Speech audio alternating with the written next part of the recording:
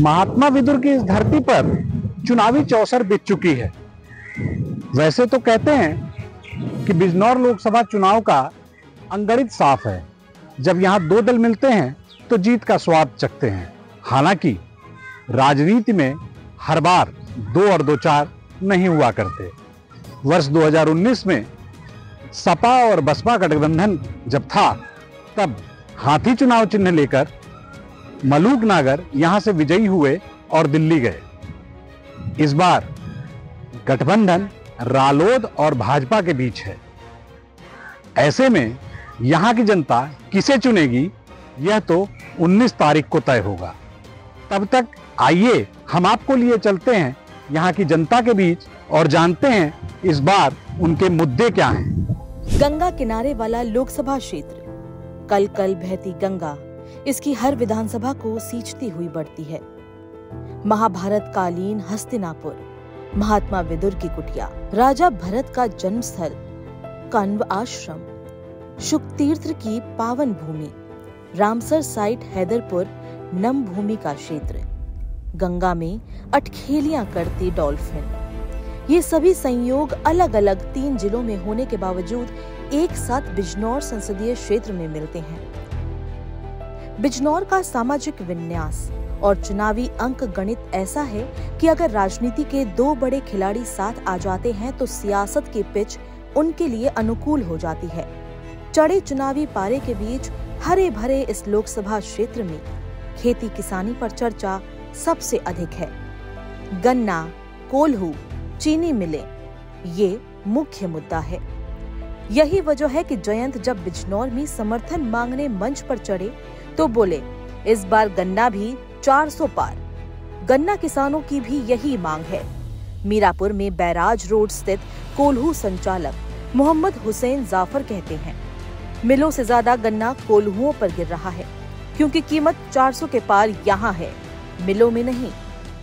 गन्ने का rate belt है, वो सरकार का काम है। वैसे रेट तो कम है फिलहाल, मगर वो सरकार की मर्जी है, बढ़ाए ना बढ़ाए, तो उनका काम है, हाईकमान का काम है।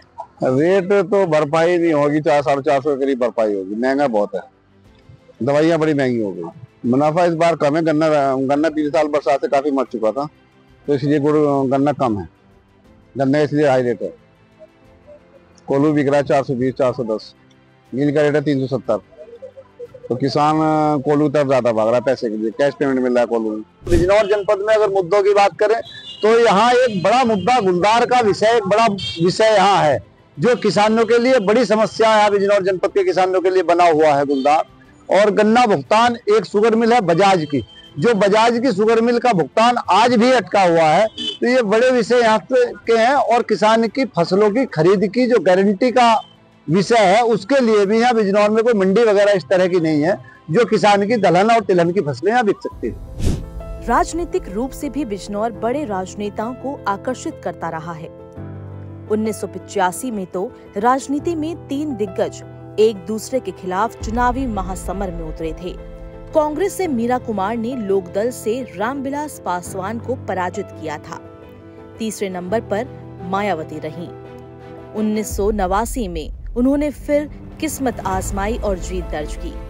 इस तरह मीरा कुमार हो या मायावती, दोनों ने ही बिजनौर के सियासत की पगडंडी पकड़कर ही पहली बार संसद तक का सफर तय किया था। हालांकि 2009 में इस लोकसभा क्षेत्र का परिसीमन बदला और जातियों का अंक गणित भी। वैसे इस बार भाजपा रालोद गठबंधन में है और हैंडपंप लेकर चंदन चौहान मैदान में। सपा कांग्रेस के साझा उम्मीदवार दीपक सैनी हैं, जबकि बसपा ने विजेंद्र सिंह पर भरोसा जताया है। 17,50,000 आबादी वाले इस संसदीय क्षेत्र में मुस्लिम और दलित मतदाताओं की संख्या सबसे अधिक है, करीब 60%। शेष में जाट, गुर्जर, ओबीसी, सवर्ण सब। चूंकि किसी भी प्रमुख दल ने मुस्लिम उम्मीदवार नहीं उतारा है, लिहाजा देखना होगा कि मुस्लिम समाज का वोट एक मुश्त कहीं पड़ता है या बंटता है। यही सवाल वंचित समाज के रुख को भी लेकर है। वैसे पिछले चुनाव में सपा, बसपा और रालोद की टिकड़ी के फेर में भाजपा फंस गई थी और लगभग 70,000 मतों से कुंवर भारतेंदु सिंह चुनाव हार गए थे। भारतेंदु को 2019 में भी लगभग उतने ही वोट मिले थे जितने साल 2014 के लोकसभा चुनाव में। इस बार तस्वीर अलग है। सपा बसपा अलग लड़ रही है और रालोद ने कमल थाम लिया है। प्रत्याशी भी उनका है। ऐसे में राजनीतिक पंडित इस जोड़ घटाव में व्यस्त है कि कौन किसके पाले में सेंधमारी कर अपनी जीत सुनिश्चित करने की ओर अग्रसर है। बिजनौर लोकसभा में आने वाली 5 विधानसभा में से 2 बिजनौर और चांदपुर जिला, बिजनौर, मीरापुर और पुरकाजी मुजफ्फरनगर तथा हस्तिनापुर मेरठ जिले की है। इनमें बिजनौर हस्तिनापुर तो भाजपा के पास है, मीरापुर और पुरकाजी में विधायक रालोद के हैं और चांदपुर से सपा के। वैसे इस बार कानून सुरक्षा को लेकर संतुष्टि है, खासकर महिलाओं के नजरिए से। रिटायर्ड सरकारी कर्मचारी यशपाल सिंह कहते हैं कि विकास के साथ ही सख्त कानून व्यवस्था से हम सशक्त हुए हैं। व्यापारी मेहताब आलम भी विकास को लेकर संतोष जताते हैं।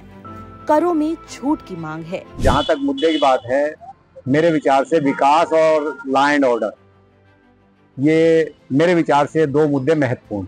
हमने पुराना समय भी देखा है और जहाँ तक लॉ एंड ऑर्डर की बात है, पिछली सरकारों में जो पूर्ववर्ती सरकारें रही हैं उनमें लॉ एंड ऑर्डर की स्थिति बहुत अच्छी नहीं रही है। एक तरह से माफिया राज, गुंडा राज ये काफी हद तक प्रभावी रहा है और इस गवर्नमेंट में जो है इन पर बहुत लगाम लगी है और उसका प्रभाव जन सामान्य को पहुंचता है। एक चीज और महत्वपूर्ण कहूंगा मैं, महिलाओं की सुरक्षा का जहां तक मामला है वो बहुत सर्वोपरि मुद्दा है और महिलाएं ये महसूस करती हैं जो घर से निकलती हैं, पहले उनको निकलने में सोचना पड़ता था क्या होगा, शाम तक ठीक पहुंचेंगे नहीं पहुंचेंगे। उनके घर वाले भी इस बात को महसूस करते थे कि हमारी बेटी बहन कहीं गई है, कहीं वो ठीक से आएगी कि नहीं आएगी, कोई समस्या तो नहीं होगी। लेकिन उस समस्या से आज हमें निजात मिली हुई है हमारी माता बहनों को और वे सुरक्षित महसूस करती हैं। ये एक बहुत बड़ा कारण है, समझे। बाकी तो दुकान तो हमें अपना भी खोलनी है और अपना भी अपना काम करना है। थोड़ा जीएसटी में अगर राहत मिल जाएगी तो जरा थोड़ा और सकून मिल जाएगा, बाकी ऐसी कोई प्रॉब्लम नहीं है। बाकी सड़क, पानी, बिजली ये तो भाई साहब मेन मुद्दे होते ही हैं। ये तो जो भी सांसद आएगा, जो भी जीत के आए, चाहे हम किसी को भी वोट कर रहे हो, हम ये तो उसके साथ पहले रखेंगे। वो करे, लेट करे, कब करे, वो तो बात की बात है, लेकिन ये मुद्दे तो मेन है भाई। हस्तिनापुर विधानसभा क्षेत्र में पहुंचेंगे तो यहाँ के लोग एक ही सवाल पूछते हैं, आखिर द्रौपदी के श्राप से मुक्ति कब मिलेगी। कौरवा के दुष्यंत कहते हैं, बजट में घोषणा के बाद भी न संग्रहालय बना, न पर्यटन का विकास। अगल बगल कॉरिडोर बन रहा है, भव्यता दिव्यता हो रही है और हस्तिनापुर को छोड़ दिया जस के तस। हस्तिनापुर की टीस मिटाई जाएगी या मांगे गंगा में बह जाएगी। हरिद्वार से इसी बिजनौर के रास्ते मां गंगा उत्तर प्रदेश में प्रवेश करती है। चुनावी मौसम में इस गंगा किनारे वाले क्षेत्र बिजनौर से तीनों ही खेमों के प्रत्याशी चुनावी डुबकी लगाने में व्यस्त हैं। तीनों दम भर रहे हैं अपनी अपनी जीत का, लेकिन देखना यह होगा कि जनता के आशीर्वाद और मैया के प्रताप से कौन प्रत्याशी यहां से तर करके दिल्ली तक का सफर तय करता है और कौन इन पक्षियों की तरह अगले 5 साल तक यहाँ ठिकाना तलाशता है, आगे की रणनीति बनाता है। फिलहाल बिजनौर बैराज से दैनिक जागरण के लिए अमित तिवारी के साथ मैं रवि प्रकाश तिवारी।